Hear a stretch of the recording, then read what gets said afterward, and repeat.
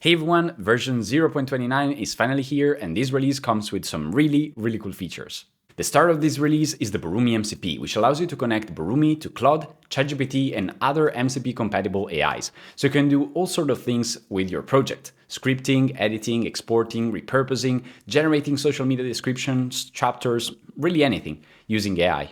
In order to use it, you need to have a desktop AI client, such as ChatGPT Desktop or Claude Desktop.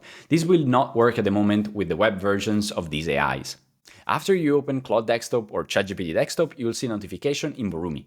You just need to click Connect and it will show you the instructions.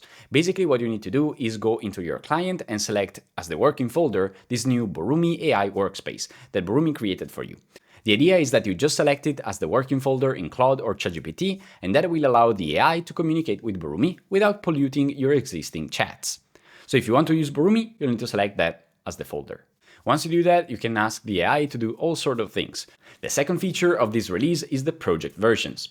All your Borumi projects are now versions, which means you can click on this little icon on the top right and see all the different changes in your project. That also means that if something happens, either with the AI or with you can always go back to a previous version and restore it. Another notable improvement is that screen zooms and cursor movements have been improved to be more smooth and predictable. This was a common source of frustration for users because the screen zooms sometimes were not matching in the exported video with the timeline. Now they will match.